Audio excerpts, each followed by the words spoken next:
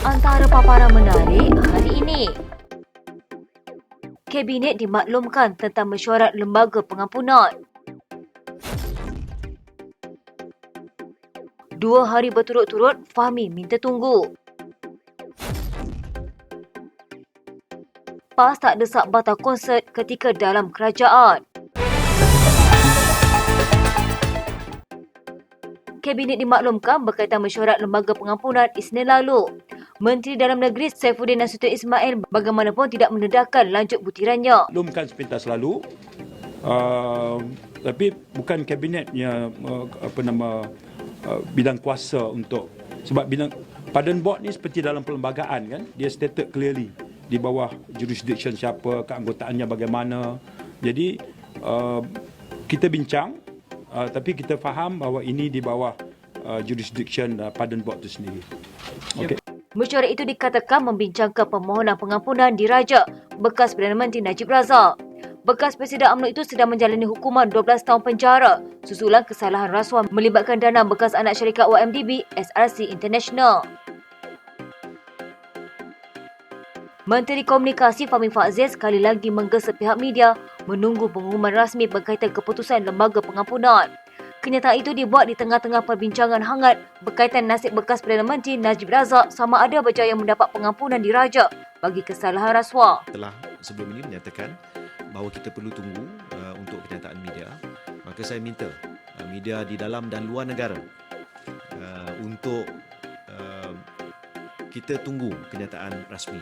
Sementara itu, mengulas laporan media Singapura Channel News Asia bahawa hukuman terhadap Najib Razak dikurangkan kepada 12 ke 6 tahun, Fahmi meminta orang ramai tidak membuat kesimpulan sendiri.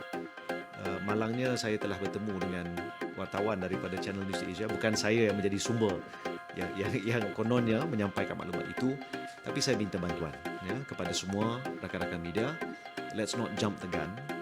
Let us wait for an official statement to be made and follow that due process. Kalau tak, nanti menimbulkan pelbagai reaksi dan bagi saya kita perlu menonjolkan profesionalisme dalam membuat pelaporan. Spekulasi berkaitan nasib Najib menculik perhatian awam sejak awal minggu ini. Lebih-lebih lagi apabila Menteri Wilayah Persekutuan mengesahkan lembaga pengampunan bermesyuarat pada Isnin. Media melaporkan Najib diampun dan dibebaskan, tetapi menarik balik laporan yang memetik sumber itu kerana tidak dapat disahkan. Di tengah-tengah gesaan supaya menunggu kenyataan rasmi, CNA pula melaporkan bahawa hukuman Najib dikurangkan setengah. Laporan itu turut memetik sumber yang tidak dinamakan. Sementara itu, menjawab soalan, Fahmi juga mengaku Kabinet ada membincangkan isu berkaitan Najib tetapi menegaskan perkara itu diselaraskan oleh lembaga pengampunan. Najib sedang menjalani hukuman di penjara Kajang selepas disabitkan bersalah dalam kes rasuah melibatkan dana 42 juta ringgit, dana bekas anak syarikat YMDB SRC International. Bekas Presiden UMNO itu juga sedang berdepan perbicaraan lain termasuk 4 pertuduhan salah guna kuasa dan 21 pertuduhan pengubahan wang haram melibatkan dana YMDB bernilai 2.27 bilion ringgit. PAS tidak pernah secara agresif mendesak konsert dibatalkan ketika berada dalam kerajaan.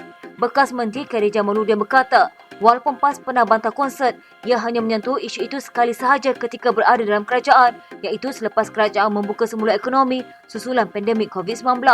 Khadi berkata Menteri Agama ketika itu, Idris Ahmad, hanya minta jumlah konsert dikurangkan. Katanya dia cakap kalau boleh kurangkan sikit konsert boleh tak? Saya terfikir, wow, saya menjangka beliau akan kata tiada konsert lagi atau sesuatu seperti itu. Bekas ahli Parlimen Rembau itu berkata demikian ketika disoal mengenai hubungan kerjanya dengan PAS. Sekian berita hangat di TV pada hari ini.